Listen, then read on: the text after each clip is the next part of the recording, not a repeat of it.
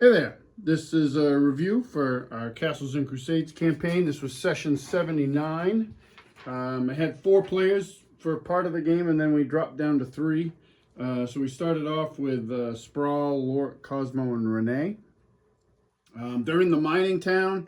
They're planning what they want to do for this pending troll attack led by the Troll King, King Sivdak. And they send some scouts to the south because they know that the trolls will be coming out of the Darkmere, which is a large swamp to the south of the mining town. They find a clearing near the edge of the Darkmere where the people from the mining town had cleared lumber from the forest. The southern Homewood Forest is part of this area. They'd cleared that forest for timber, so there's this clearing, and they suspect that's likely the path that Sivdak and his trolls will take. They do a bit of planning, and part of this planning was Sprawl choosing some very beneficial spells to prepare the battlefield. So one of the things they do is they want to dig trenches. They want to make sure that the trolls come through this clearing and not, to the best of their ability, don't flank them. Time of year is winter, so he uses some spells. He's able to dig some really big trenches, and with Lork's aid and the arrival of mostly with Lork's aid, eventually a team of wolves, his immediate team, arrive in Arden to help, and they say there's more coming. And the wolves of Arden are a military force that Lork is actually the commander of.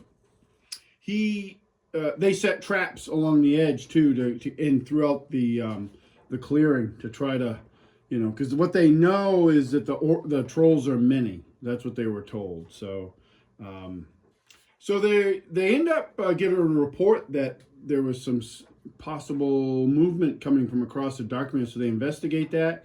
It turns out to be not the main force, but some scouts, and they follow the scouts. And the scouts head in like a northeasterly direction, and Lork and company follow. With Lork, with them is Lork's apprentice, Bruin, and Alfric, one of the rangers. He's a ranger. He is one of the wolves of Arden. He runs Lork's team of wolves when Lork is not around.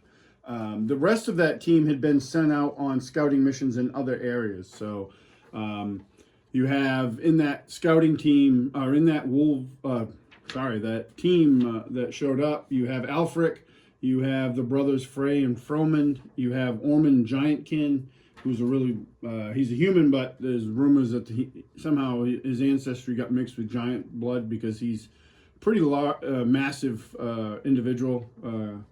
And Bruin's been tagging along with them, and so Lork and Renee and Sprawl and Cosmo, they with Alfric and Bruin all follow this trail of scouts, and with the trail it eventually merges with a larger trail, and in the larger trail there's trolls, but there's also tracks to something not wholly familiar to them. But they are able to determine that it's a giant turtle, and they did learn from a dead hobgoblin that Sprawl had cast Speak with Dead on, that one of the things that they had in their retinue, the trolls had, was this giant snapper, he called it. And so they assume it's a giant snapping turtle. So there's a lot of discussion about that. That trail also continues in a northeasterly direction, and they follow it, and it leads to the road, which they eventually understand that they're headed towards the main road that runs from the mining town to the town of Arden, and follows along the river Inbis, or the Inbis River. And they're able to get in there kind of unaware, and they see these trolls set up along the road in an ambush position, but they've been there for several days, and they're just sitting there, almost like they're becoming part of the land, and there's like snow on their shoulders and stuff. So Lork and Cosmo have been scouting ahead. They also note that the trail breaks off and the hobgoblins kind of go in a different direction, more to the east. So Lort sends Alfric and Bruin to check on that. He kind of cautions Bruin to stay out of melee if at all possible, because he's worried about him getting killed. And they go off.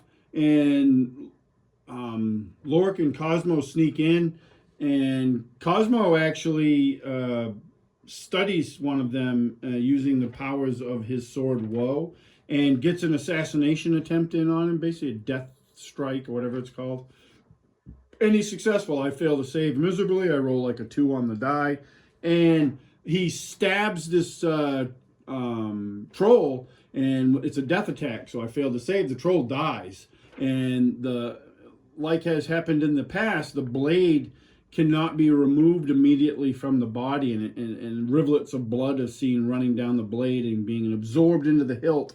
And one of the 8 runes glows, and that's 6 out of the 8 runes. So they don't know what happens about that, but they're all worried, except maybe Cosmo. I don't know if he's worried, but everybody else is worried. It dies. Lork attacks another troll and does a lot of damage, and then the battle is joined. Renee activates his boost of speed, and he gets into the combat pretty quickly. Sprawl, I think, is actually on the back of Fenris at this point. Not really geared up for mounted combat. Actually, yeah, I think that's how they were. I know Lork used him later for some mounted combat that didn't go so well. So I think that's how, yeah, that is how that worked out. So they get into combat and the battle's joined. They hear to their east of them, they can't see it through the trees, there's more combat going on. So they're assuming that Alfric and Bruin are also in battle, possibly with the hobgoblins. So they are making short work of the trolls. There's 5 or 6 of them. And Lork hops on Fenris and takes off towards Alfric and Bruin's position. And he gets there and he sees that there are 2 dead hobgoblins, and they're fighting 2 hobgoblins. And he rides in, and he did do mounted combat here. He's not super adept at it, but he was successful and basically kills one of the hobgoblins on his way in. And then they make short work of the other one. And they end up checking things out, and it's clear that they were setting up an ambush on the road. But they also find where the tracks go across the road to the river, and they can see where a large section of ice in the river has been broken open, and the giant turtle tracks go into the river. So now they're like, oh boy, so is it gonna, and they know for the mining town, the river Inbis splits it in half. It runs off the mountains and comes down. The mining town's built on both sides of this river. So they're a little concerned about that. They return to town. They continue to prep the battlefield. They move all the women and children in the mining town to the mine to try to secure them, because they're worried about the turtle and then the trolls attacking the town. During all of this, I think another team of wolves of Arden show up to help, and they end up taking a rest for the night. And during that time, this blanket of fog comes down off the mountains and just covers the land, and it's like a thick blanket. It actually obscures vision. They don't have their full range of vision and stuff. They end up getting a rest for the night. And then sometime the next day, they get word from the scouts that there is a large force moving across the Darkmere towards the clearing. So they rush out to take up position. So this was a really fun scene. We used this terrain here. This was the clearing. I had fun describing this is covered in a blanket of fog, and they start to see forms in the fog, and they're large, and they see all these trolls, and as the trolls move closer, they set off traps, and they start to get a better view of what they're facing. One of the things they note, there are no hobgoblins in this horde of trolls, which alarms them a little bit, makes them think what's up with that. Emerging out of the fog, though, with his horde of troll is King Sivdak, and I painted this miniature up a while ago, and I've been holding off showing it, but because I wanted to kind of surprise the party. But I put this guy on the table, and it was a shock to the players. So they were like, "Holy crap, what is that?" So other than him not being in plate mail like he is in the game, this is pretty much what he looked like. And so one of the spells that Sprawl had memorized, I don't remember the name of it, but it basically it was a 1-round spell, and he could just light off this gout of water that just a torrent, like huge, and he does that. Meanwhile, actually before that, along the flanks and stuff, they light up. They have oil traps and all this stuff in it, and it does a good job of funneling the trolls into the clearing. And some of them get caught in traps, and it was all narratively done. You don't need to belabor the point, I think, with big battles, unless that's your thing. We're not playing a war game here, so or you know, it's based on a war game, but it's not a war game. So I don't want to get lost in that minutia of war game style play. So I do a lot of it narratively, and then I focus on what the players and their allies are doing. And they've formed a skirmish line for archery, and as soon as they can see well enough through the fog, they start launching arrows and flaming arrows, stuff like that. There's oil being lit. It's really cool. Like, we got really into like describing what was going on. And I think that can be a lot of fun and a good way to handle mass combat without bogging yourself down in rules. So here comes Sprawl's big spell as King Sivdak and his trolls get closer, and it washes through, and it was very successful. Like a bunch of the trolls just get washed, and that thing goes for like 1,000 feet or something like that. It would have probably washed them all the way back to the Darkmere or close to it. So what that did was, and they knew this, they even said it before I did, it doesn't kill the trolls, but it gets them out of the battle, which is perfect for the gameplay to continue. So the way I described it is this big tidal wave of water goes through, washes the trolls, and when it recedes, there's a few trolls remaining, and there's King Sivdak. He's taken this massive sword of his and driven it into the ground and held onto it as an anchor. And he stands there, and then the party's charge. Lorik gives Bruin instruction. Him and Alfred kind of stay to the back and keep launching arrows. There was actually a really cool moment when the trolls were first seen in the fog clearly, where like on the line too, not really, it wasn't depicted with miniatures or anything, but are like people from the mining town there to fight. But some of these people that isn't their thing. Like, they're like miners. They're tough people, which is very helpful, but they're not fighters. So Sprawl and my buddy Matt, who plays Sprawl, did a great job like narrating like a little battle speech to because they could see them like kind of like losing their nerve, because these hulking trolls, I mean, King Sivdak's massive, but a regular troll, you know, in the miniatures and stuff that I use for him, you know, these guys are huge. You know, they're great. I'm gonna get that in focus a little bit, but so Sprawl gives this really cool, like, motivating speech. This would have been a great, I think I said it at the time, this would have been a great encounter for my buddy Chris's other character on the B team, Orvon, who's a knight, which they have an ability to inspire people. That would have been a good use of the knight in this type of encounter. But that was really cool. So the battle's joined. So everybody charges forward except for Alfric and Bruin, and there's probably a couple other people that hang back. They actually had designated people, and you know, on the sidelines, their only job is when a troll was to gets dropped, for them to run up and burn it. So we had people taking care of that, which was that was a great idea. It was really good planning on their part. At this point, we had lost a player. He had to go because he had a family thing. So we lost Renee, so he didn't get to take part in this battle. He's back at town narratively because they were worried about, they left some wolves at town because they were worried about this giant turtle coming. So the battle's joined. So they're fighting, and Bothild's there as well, and she charges a troll, and Durgan Ironhelm is there, the dwarf leader of the town, and they're fighting a troll together, and Sprawl's trying to help out with casting more spells. He's really a key player in this game. They all were, but like Sprawl's spells were really big in this encounter. They laminated the fact early on that they didn't have Barry with like Fireball, which would have been really helpful, but my buddy Dave wasn't available, busy. So the battle's joined. Sivdak is a tough combatant. He wields that big sword and he can strike 4 times with it.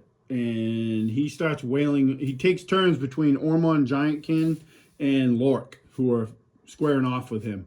And Ormond initially takes the brunt of this and takes quite a bit of damage.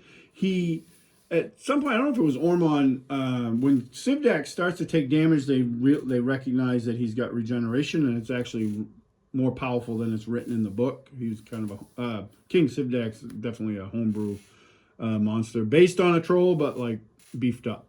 So his regeneration was better than the other trolls. But at one point, like he takes fire damage, and they notice that it doesn't bother him. And in his description, I explained to the party that he's got 2 heads like an Etten. So one of the things is like he's attacking Ormond, but his other head is like watching Lork. And the way I explained it to the party is like basically he cannot be surprised because he has those 2 heads. In fact, if I had to do it over again, I probably would have given him some sort of bonus to initiative because of it, and I didn't do that. It didn't really play out because I actually won initiative a fair amount in this combat, more than I usually do, so it wasn't a big deal. But so he's wailing away on Ormond, but the other head is watching Lork. But he takes fire damage, and they notice that it doesn't bother him. And then on each head he's wearing a crown, and one has like a fiery orange gem in it, and the other one has like a greenish gem. And when he takes fire damage, that little gem, the fiery orange one, just lights up a little bit. So Lork and I think it was Sprawl both recognize that he's got some sort of protection against his 2 biggest weaknesses, fire and acid. So it was at this point, Lork had also taken a bunch of damage. Thankfully, Sprawl had cast a spell on him. Again, I'm bad remembering the names of the spells, but it basically halved like all the slashing damage he was taking. And that really, I found out later from my son, because I don't track their hit points. I don't even ask if they go down, they go down. It's not my issue, it's their issue.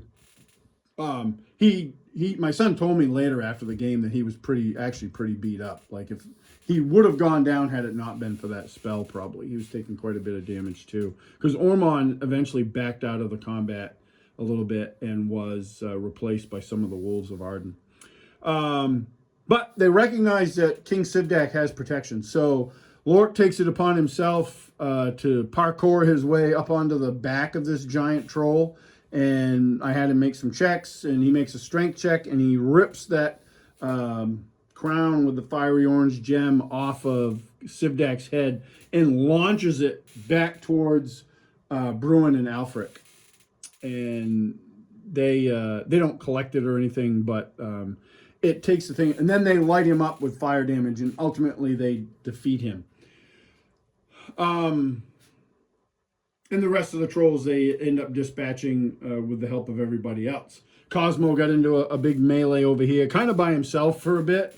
He was trying to remain hidden, but one of the trolls focused on him and was batting him around, and I think Bruin at one point shifted fire to help Cosmo a little bit. I don't remember if he was successful with any hits. There was some misses that he got, but he was helpful in the battle, but he stays back.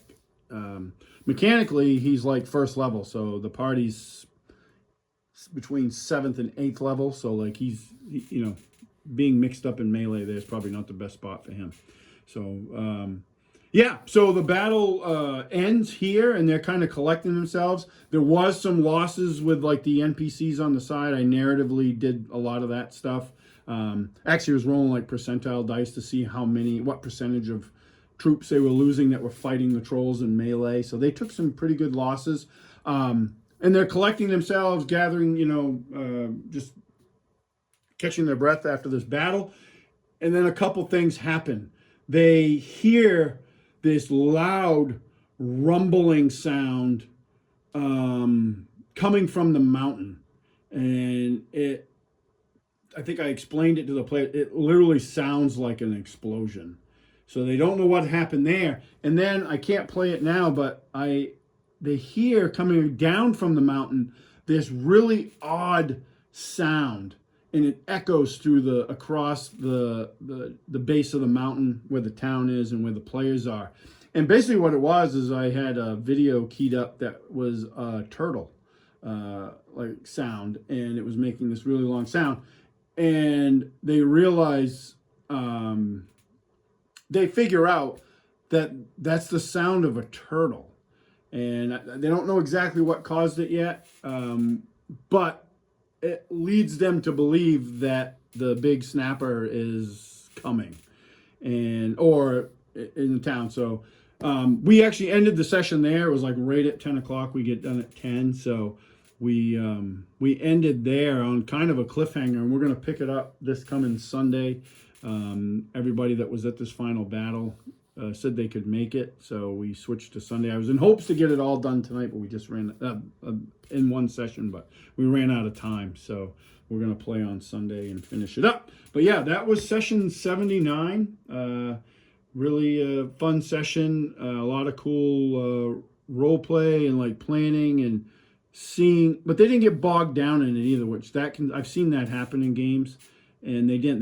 They made a plan, and then they executed the plan when it came, and it was fun to see. It was a lot of fun to run, and their interactions, and I liked seeing like the NPC Bruin taking more of a part. You know, we got to do a little side thing with him and Moira and some other NPCs that the guys ran. And that was a lot of fun. So for me, it's fun to see these characters take on a little bit more life that I don't necessarily have to give into them. So the players are a big part of that too. So that's really good. So appreciate everybody watching and the comments and the videos and stuff. That's great. I try to answer them all, and I'll catch you at the next one.